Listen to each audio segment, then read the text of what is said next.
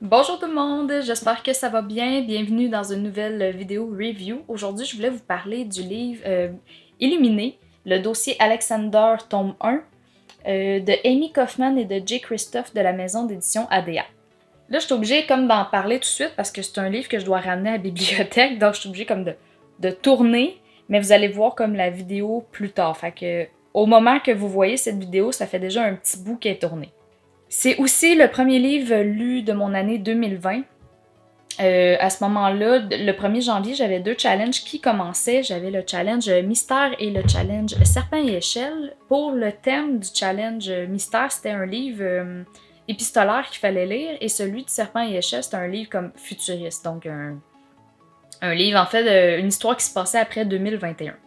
Fait que là, j'ai demandé sur le groupe de Québec Livresse voir si, en mergeant ces deux-là, donc un roman épistolaire futuriste, s'il y avait comme des livres qui se pouvaient là-dessus.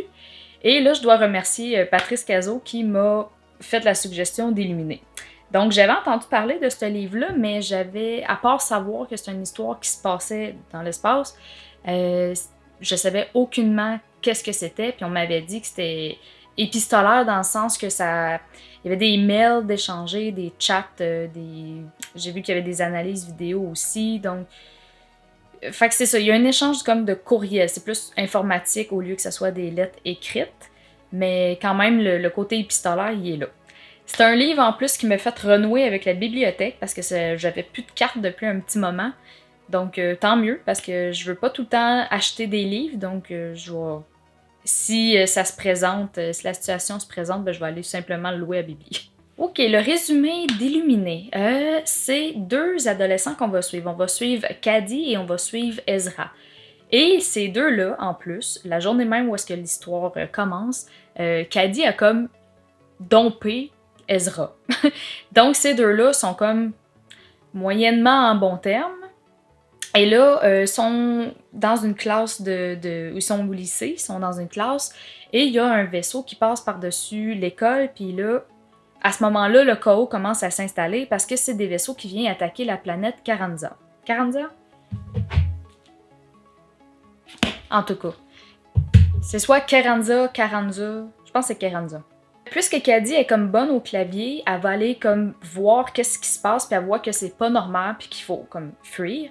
Donc elle va s'en aller du lycée, elle a son camion, fait que c'est parfait pour elle, mais elle va recroiser la route d'Ezra qui lui aussi tente de s'enfuir.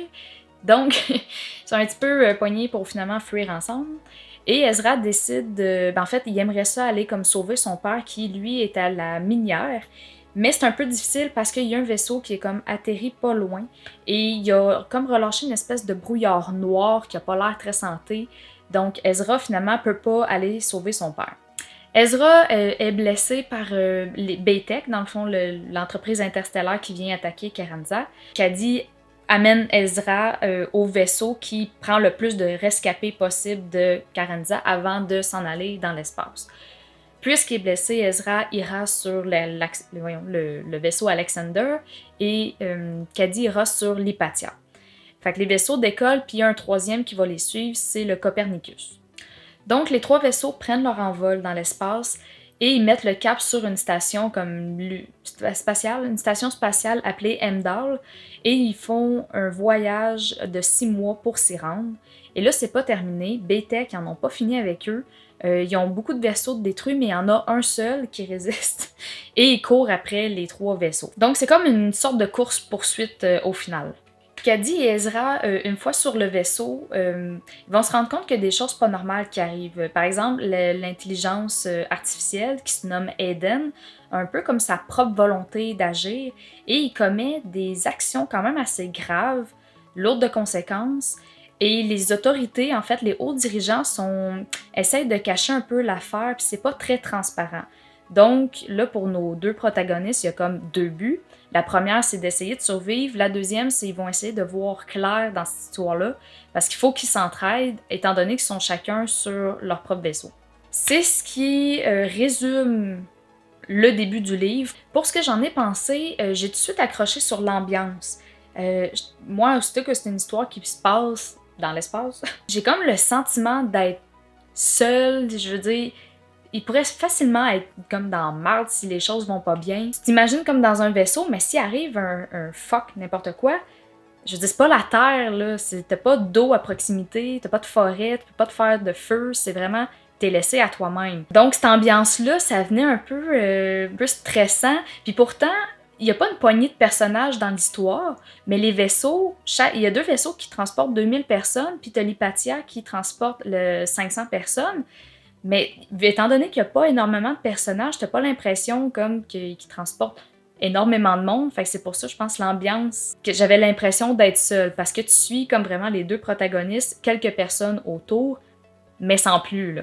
Puis pendant le voyage, il y a toujours aussi cette sorte d'inquiétude-là de « Mon Dieu, ils vont-tu se rendre? » Je veux dire, déjà 6 mois, c'est déjà beaucoup pour essayer de se rendre à la station, puis t'as déjà comme un autre vaisseau dans ton derrière qui veut ta peau. Est-ce qu'ils vont réussir? Je dois aussi vous montrer la mise en page. Comme par exemple ici, fait, ça se lit très très vite. C'est pas comme des paragraphes condensés. Ça, c'est des courriels. Il y a parfois des rapports des hauts dirigeants qu'on peut lire. Vous pouvez voir. Vous voyez, là, il n'y a aucun texte comme en continu. Il joue aussi un peu avec la mise en page. Ici, on a comme une sorte de, d'analyse vidéo, donc on dirait que c'est jamais une histoire que tu lis entre comme 2 personnes. Ça va toujours être raconté par une caméra, quelqu'un qui analysait la caméra, un échange courriel, un rapport. Même au début, tu as des plans du vaisseau, comment c'est expliqué, combien il peut porter, à quoi sert grosso modo le vaisseau. Fait que tu as des images, fait que c'est des pages qui passent assez rapidement. L'intelligence artificielle va comme qui a sa propre volonté, raconte aussi comme son histoire à travers ses yeux.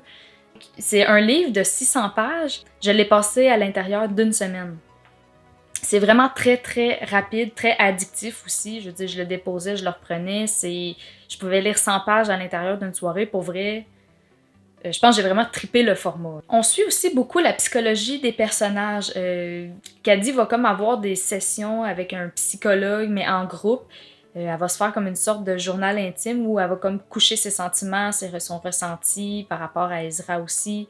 Ezra, lui, va plus s'ouvrir comme à ses amis. On suit beaucoup quand même ce que les personnages pensent puis ce qu'ils vivent parce qu'ils n'ont pas le choix de faire avec ce qu'ils ont pour essayer comme de s'entraider. Tu sais, autant qu'ils ont de la misère au début ensemble, mais autant qu'ils vont comme essayer de compter l'un sur l'autre. C'est ça qui est drôle, c'est qu'ils sont au début de l'histoire des ex techniquement, même si ça faisait pas longtemps, mais ils n'auront pas le choix comme de se faire confiance pour essayer de s'en sortir.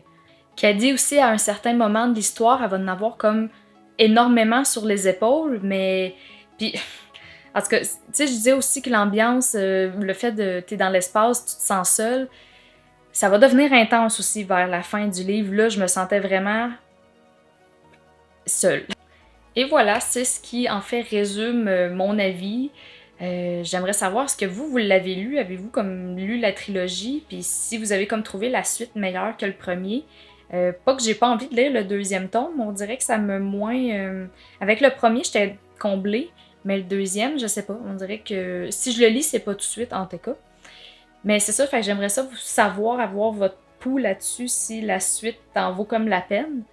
Et je vais regarder ça en fait si je continue cette série. Donc, c'est ce qui termine la vidéo. Fait que je vais vous dire à une prochaine fois. On va se revoir dans une autre vidéo. D'ici là, je vous souhaite de bonnes lectures. Bye!